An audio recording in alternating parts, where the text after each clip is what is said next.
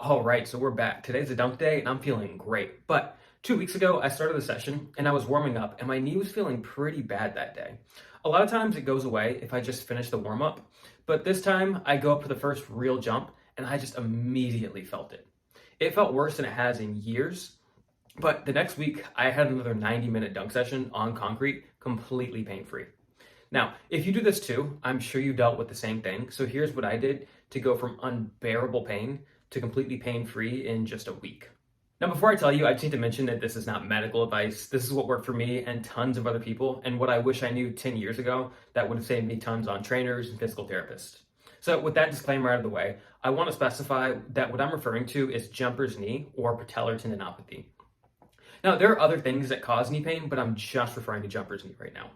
There's only one thing that can actually improve your knees over time. It's not ice, it's not stretching, it's not where you put your knee compared to your toe when you squat.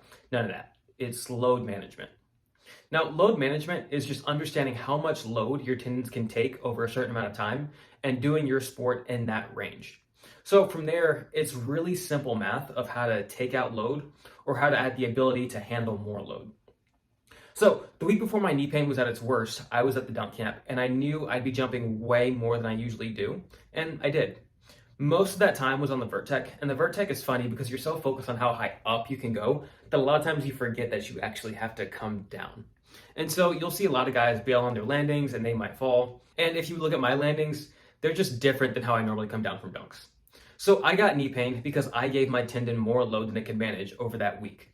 Going into the week, I expected that I would, and it wasn't a problem, but I had essentially built up a debt, and I got to the next session, and my knee decided that I wasn't allowed to keep putting new debt on that same account. So that's the first thing. In the short term, when my knee pain got too bad, I took a break, because I knew I couldn't recover faster than I did more damage if I kept going. Then the next week, I did things to build my tendons back up, and there were two exercises that helped me go from not being able to jump at all to having one of the best sessions I've ever had, and it's slow squats and isometrics. Now they work because the isometrics allow my tendon to warm up before I load it, and the slow strength allows me to train my tendon without treating it like a spring.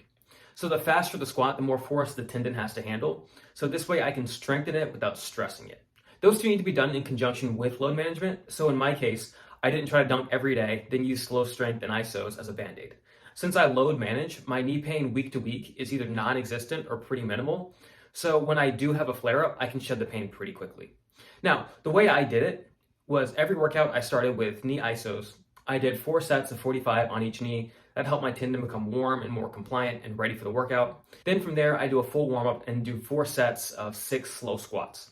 4 seconds up, 4 seconds down at a weight where the pain was less than a 3 out of 10. I did the slow squats Monday, Wednesday, Friday, and the isos every day. And from one Saturday to the next, I went from not being able to jump at all to pain-free.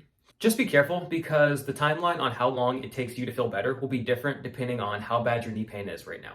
So it might take you a week, it might take you months, or even longer. And also remember that it's isometrics, slow strength, and load management. So give that a try this next week and leave a comment if it helps or if you have any questions on how to do it.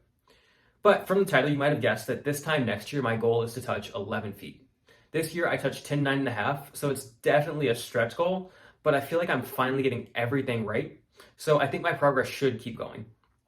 Plus, there's one point of emphasis that I have this year, which is getting more max effort jump attempts in my sessions than I did in prior years. So to do that, it's my goal to just hit a new dunk every session. So this week, my new dunk was a double up. I tried it before, but never gotten it, but today's the day. As I'm warming up, it feels like one of those days where the rim just feels low. It's also 9.8, so the rim is low. My warm-up jumps feel great, and I'm at like 80%, and I go for my first attempt, and I'm so ready to crush it. I go up in the air, I'm thinking about what I'm gonna say in the rim's eulogy, then I hear the rim talk back to me, and it says, "Call an ambulance." But not for me, and I hurt my shoulder the very first attempt of the day. And I hurt my shoulder. This is a contact injury I got playing basketball a while ago. I rehab it, it feels fine, I re-injure it, and repeat. So today was no different. I wasn't even thinking about it, but my whole plan for the session had to change after that. I was still dead set on hitting a new dunk today, so I just went for left-handed dunks. I'm not going to call any of them made dunks, but I had a couple that counted as 2 points. I kept going, got a little warmer, and I can go up with 2 hands without a shoulder flare-up. So I tried a few two-handers. They felt good, but if I could do that, I'm going to try what I came for. So I did some double-up attempts. They were pretty ugly, and I definitely need to get the form right on a lower rim, but that's as close as I've gotten, so it was still positive. Now, like I said before, I couldn't leave without hitting a new dunk, and I got one. I hit two hands off the dribble on 9-8, and Omar's a true dunker at heart for the question he asked after. Was that recording? I hope so.